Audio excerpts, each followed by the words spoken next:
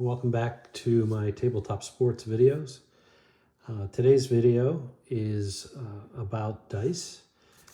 The name of this topic today is Dice, More Dice, and Precision in Baseball Sims.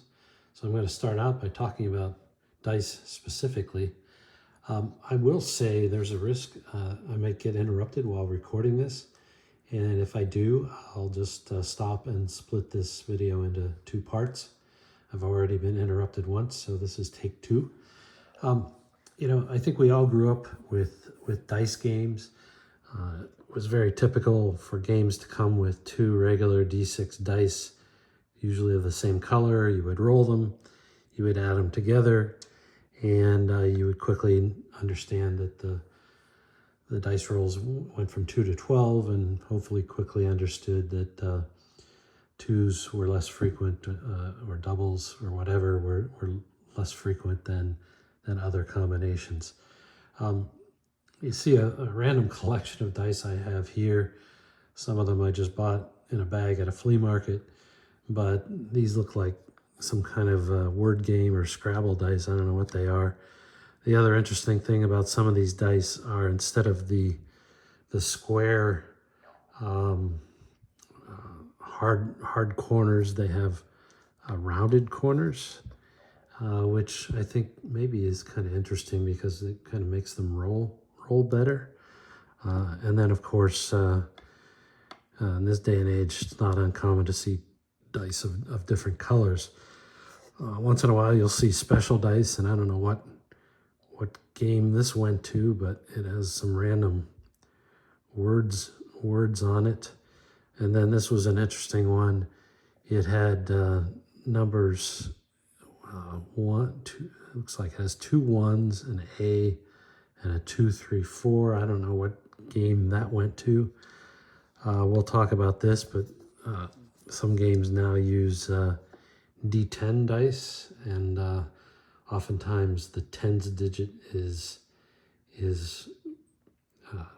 coded like this, where the full tens is spelled out, and then the ones digit.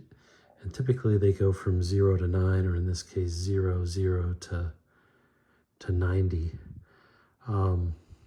This particular brand doesn't necessarily make it easy to figure out the difference between 90 and 60. I guess it does, but anyway, pretty famous in Strat world are the D20 dice. This replaced a deck of cards, split cards, numbered 1 to 20. I kind of like D20s. They really roll quite nicely and can be very useful in Sims. These are D12s, which actually also roll very nicely, but you seldom see them used in games. I thought I had some out here, but I don't. But this is a D8, which we'll talk about a little bit today. And I don't know, this is another D10. Sorry about that. This is a D8. Bear with me. And, I like D8 dice well enough. A lot of times they're numbered from 1 to 8. The shape doesn't lend themselves to easy rolling necessarily, like a D20 or D12, but they can be useful, and we'll talk more about that here in a minute. Okay. You also see on the right here, of course, some very big D6 dice. I just bought those as a novelty. And then there's some dice here, which is my own versions of Sports Illustrated dice. We'll talk about that. And then a similar game called Batter Up, which uses the same concept as those dice. So with that, I'm going to actually cover a lot of different games today, but not in much depth. You can see the list here: Strat-O-Matic, Time Travel, APBA, History Maker, Payoff Pitch, Status Pro, Long Ball, Baseball Classics, Sports Illustrated, Pine tar baseball we'll talk about for just a second, and then batter up, which I just mentioned. So that's what I'm going to do. I'm going to try to be as efficient as possible. So this slide may state the obvious, but you know, the dice clearly impact the engine that is used in the sim, the design, if you will. And I put together this little Venn diagram, you know, but I think on the left side, it's how many or which dice are used, which we just saw the variety, and how many of them are used. And we've already talked about most of the types of dice. We didn't talk about a decider die, but in some games, typically to determine if the pitcher or the batter card is going to be used, you'll have a decider die, and I think this is my own version of the type of die that they use in Baseball Classics. And then in History Maker Baseball, they have a die with a dot or no dot, and it's not really a decider die. We'll talk about that in a minute. And then on the right side here, it's like, well, how are the dice read? You know, are the numbers on the dice just summed up? Are the dice read in a specific order? Usually based on color, like red, white, and blue. Or, you know, are the dice read as a 3-digit number, low to high or high to low, or a 2-digit number? Or is there some combination of this? And then, you know, together that kind of determines the probabilities and the precision that you can get in the sim. I put a rhetorical question down here, which is, does precision equal accuracy? And I think the answer, probably pretty obvious, is no. Precision doesn't guarantee accuracy. The opposite, I think, may be true, is can you be accurate if you don't have sufficient precision? And I think you can't be as accurate as you want to be if the engine isn't designed with enough precision. There's a couple dimensions to precision, and maybe we just move forward and that'll become obvious. I think the traditional way, as I said, to deal with dice is to sum them up.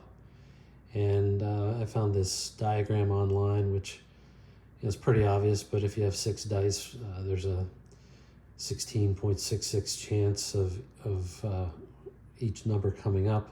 It's all even when you sum them up. Actually, you don't sum anything with 1 die.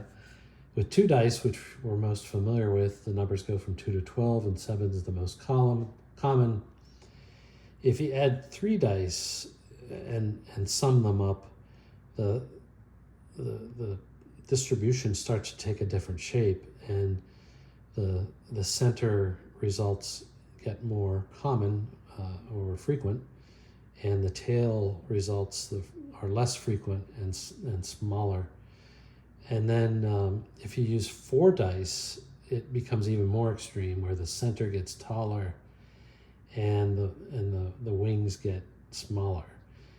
I think there's advantages and disadvantages of adding more dice. I think the advantages are if you have some rare event like catcher's interference, or maybe even a passed ball or what have you, you could assign that to one of these results like 4 or 24 and get the accuracy and precision that you want.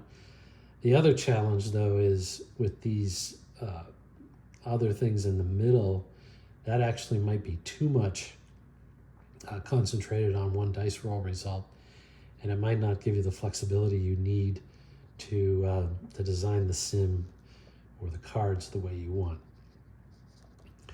On this topic, I have 2 links down here, which I will put in the description. The first one is just kind of interesting. What happens if you have 100 dice and you sum them all up? What do you get? The second one is a pretty good video by Brian Hafferkamp. Many of you might know his videos. He actually recorded this video at the time I was dreaming up the topic for this video, And he does a really nice job delving more into this question of probability distributions with various types of dice and the whole summation approach.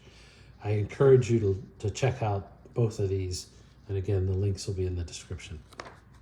Okay, excuse me, I'm going to start with going through these games. Strat-O-Matic, which I'm sure many of you are familiar with, uses what I call decider die. It's a D6, and then 2 more D6, which are summed up. In the picture here, you can see it as a small white die as a decider die, and then 2 bigger red dice that you would add to get to read the result. And then, of course, as I mentioned earlier, a D20 split die. And so you see the arrow there, but the decider die 1 through 3 sends you to the batter card. 4, 5, 6 sends you to the pitcher card. And then certain results are split up with the split to give the precision that is needed to accurately portray the results. I won't say a whole lot more than that, other than just like many of the topics I'm going to cover today, I have other videos which take a deeper dive into things. One of the videos I have takes a deep dive into what I call the 50-50 math. This is a 50-50 engine driven by the decider die. So enough of Strat. There's a game I only have general familiarity with. It's called Baseball Classics.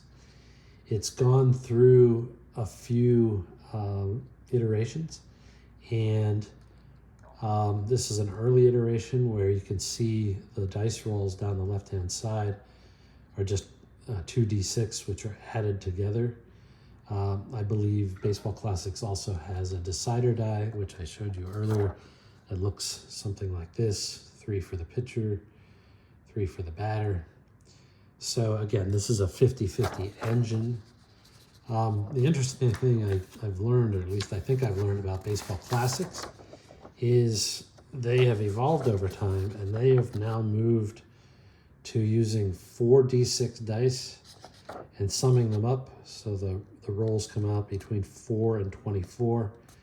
We saw the distribution on an earlier slide. I think this kind of creates a challenge. I actually tried to create some cards on my own using this 4 to 24 allocation or distribution.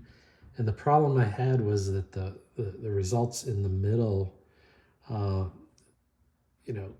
ate up too many chances, out of the potential chances with 4 dice. And it made it really hard to properly assign results in enough granularity. Maybe this particular game design with only 1 or 2 different ground outs and 1 or 2 different flyouts, etc., makes it easy enough to accommodate what they need to do.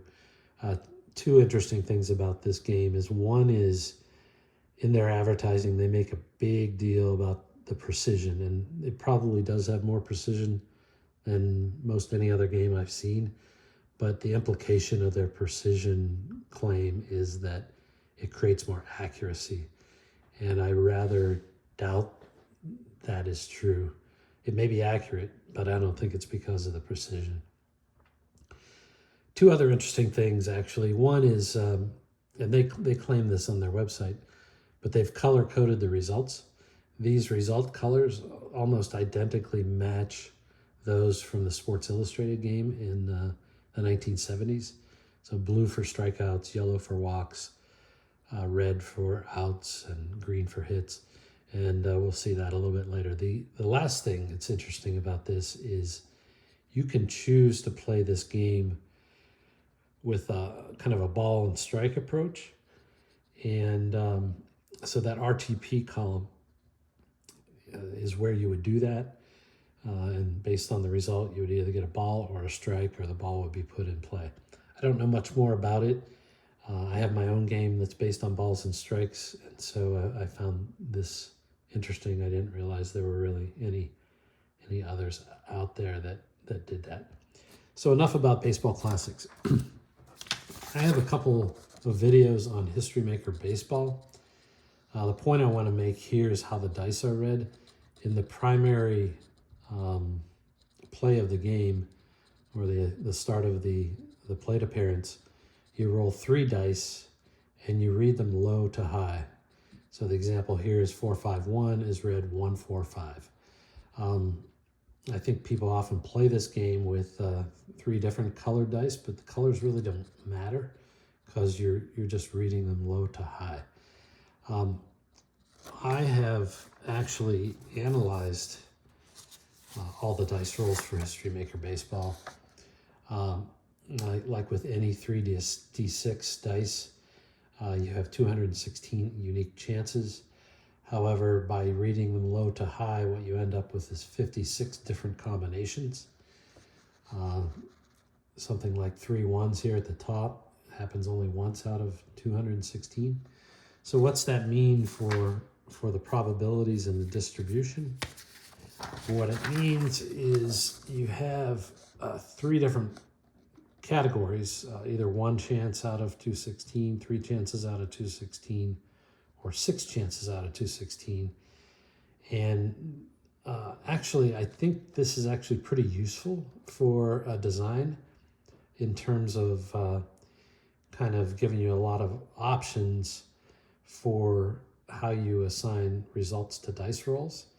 But the fact that the highest number of chances per dice roll is 6, and a lot of them at 3, I think gives you a fair amount of flexibility as to how you can attribute results. So, I think that was a reasonable basis for how you design History Maker Baseball. I'm going to talk a little bit more at the end.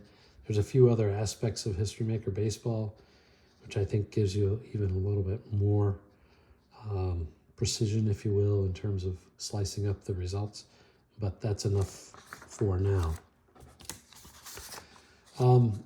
You've heard me talk about APBA before. I am not an APBA expert, but I've spent a few months reading and researching how it works.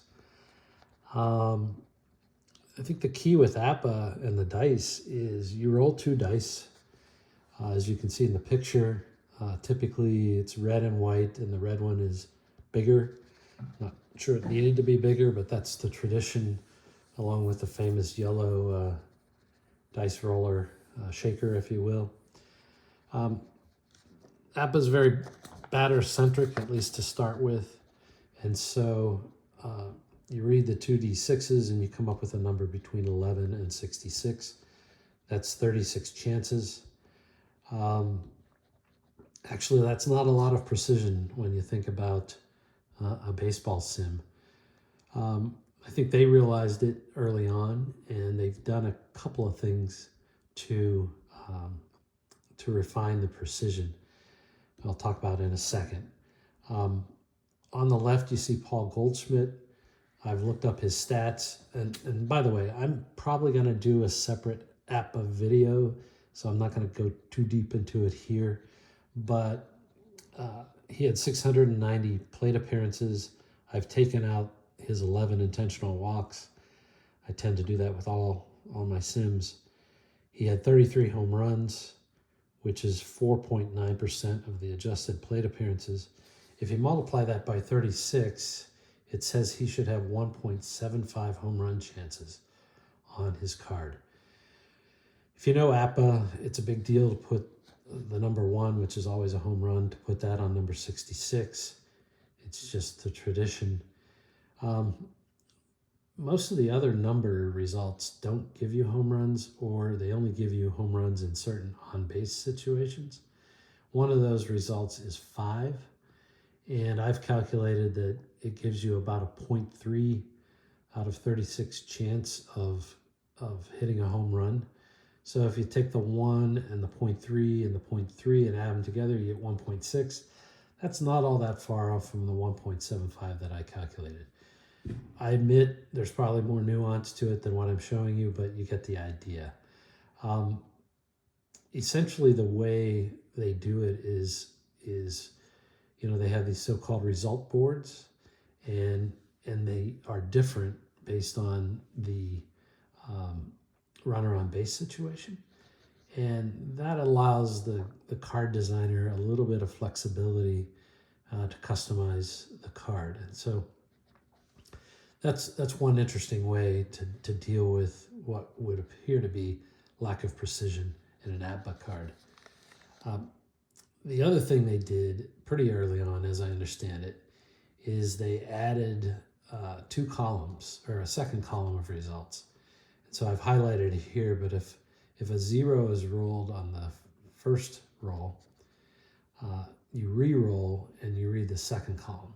And what this has allowed them to do is to carve up the hits more precisely.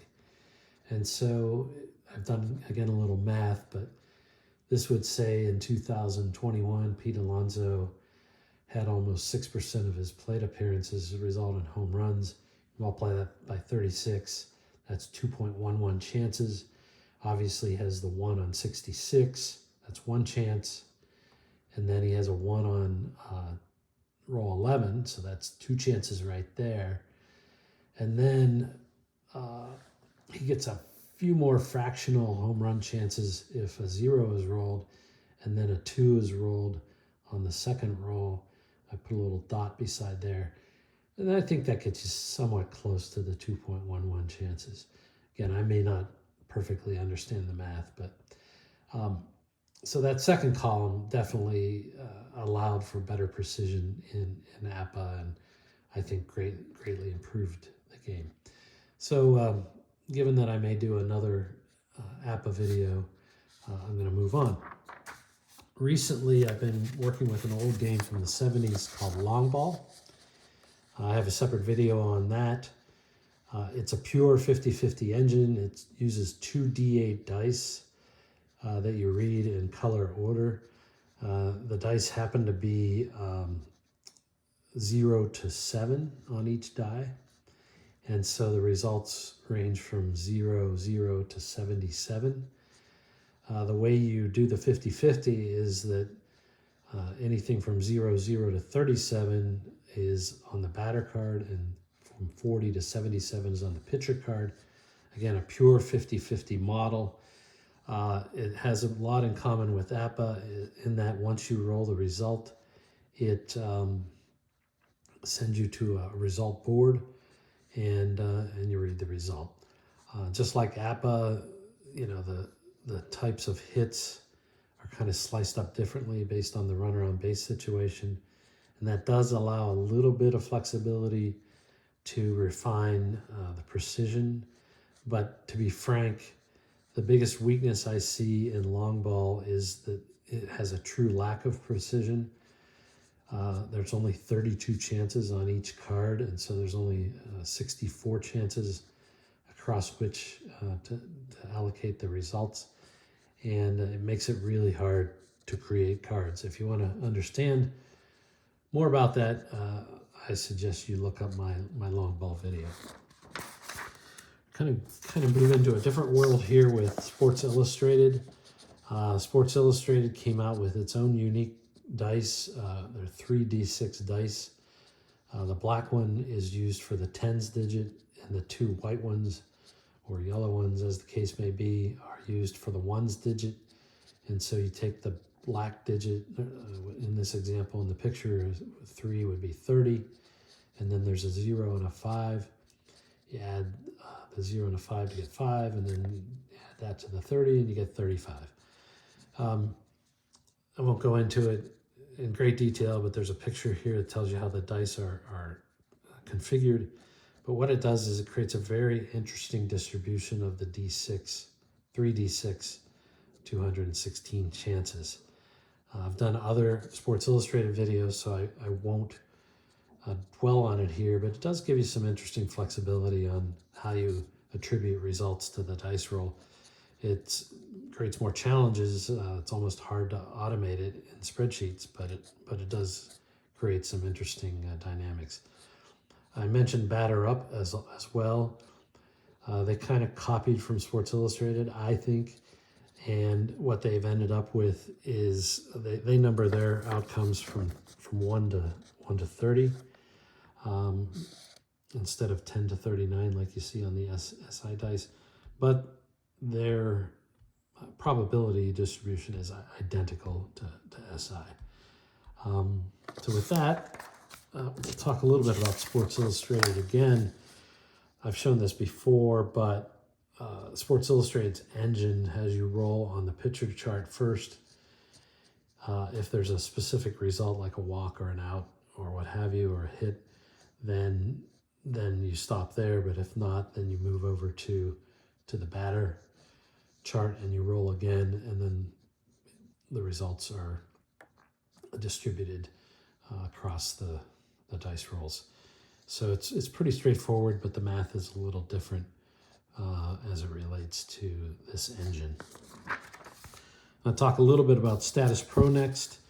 I have separate videos on Status Pro. Status Pro is kind of a variation on the 50-50 model.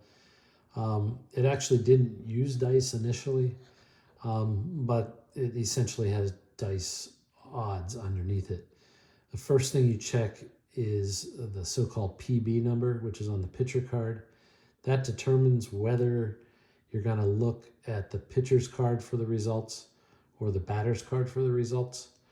The results typically are not 50-50, which makes the math a little more interesting in terms of creating the accurate cards.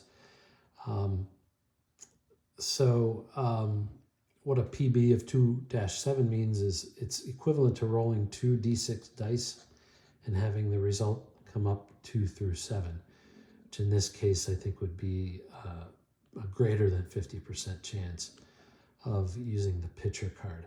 Each individual card has numbers ranging from 11 to 88. That's equivalent to 2 D8 dice. So each card has 64 chances. And so, you have 64 pitcher chances and 64 batter chances. That's 128 chances. So probably I would say sufficient ability to create precision.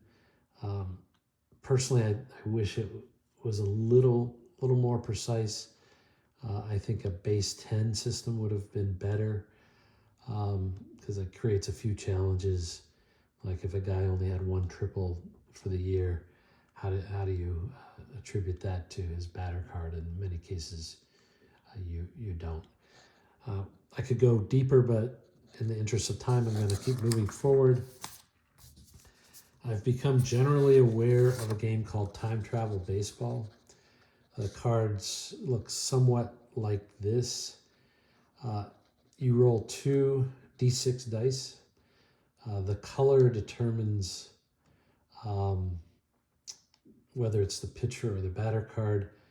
You actually read the dice. Actually, what you do is you look at the dice colors, and if the white die is the highest, you're going to read the result from the batter card. And if the red die is highest, you're going to read it from the pitcher card.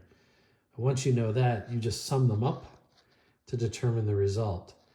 And the result is in the box at the bottom of the card, unless it happens to be doubles. And then that result is listed up above.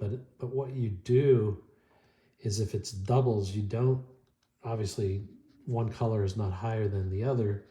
So what you do is you refer to something called a gamble card, which is basically a 50-50 decider.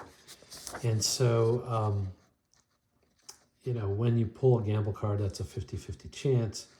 So what they've essentially done with 2d6 is, instead of having the standard 36 results, they've really increased it to 42 by splitting up the double rolls in half between pitcher and batter.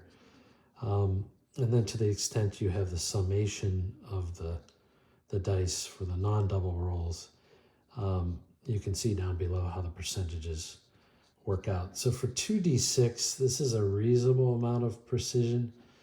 I think there's probably some other elements of precision that come in, but that's kind of beyond the scope of today's review. I think the other potential challenge with time travel is some of the early version of the cards may not have properly done or reflected the 50-50 math that I talked about before, but that's a separate issue from today's topic about precision. Okay, payoff pitch. I have videos on payoff pitch. Some of you are familiar with payoff pitch, but basically you roll on the pitcher card first. You roll 2d6s, so there's 36 chances. They generally get split up into 4 major categories: wheelhouse, in play, patient, and tough. But there's also a ballpark and a defense that might pop up less often, which sends you somewhere else. Then you go over to the batter chart and you roll 2d10s, and so the precision there is basically 100. The rolls go from 0 to 99, and so there's a fair amount of precision in this game when you combine the pitcher and the batter.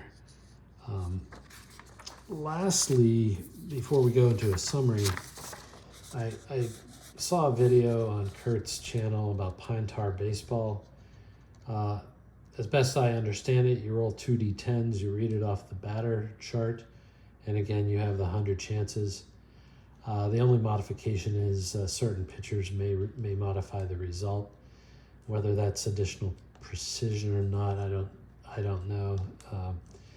Part of the challenge here, and it's time to go into the summary. I initially put together the summary for most of the things that we just talked about. I put a picture of apple and oranges at the top because it's really hard to do an apples to apples comparison of all these games. They each kind of have a unique aspect to them. Some clearly have more precision than others, but instead of apples and oranges, it's probably a fruit salad. What I've tried to do here is just describe the primary dice that are used, how you read the dice, whether there's a decider dice involved or not, whether there's a further split of the results that occurs. In the case of History Maker Baseball, I put the word charts because I think when you read the individual charts, the results can be refined further. I didn't say there was a decider die in History Maker, but as I said, the die with the result is a way to refine the player qualities, a little more refined than just the general categories of qualities that get assigned. And then on the far right, I've tried to put in what the theoretical precision is for these various games. And I'll just cite 2 of them. You can stop the video if you would like to read this chart. But if you take Strat-O-Matic and you take the 216 possibilities and then you multiply them by 20, I believe you get 4,320 theoretical individual results that you could have on a pair of Strat-O-Matic cards, pitcher plus batter.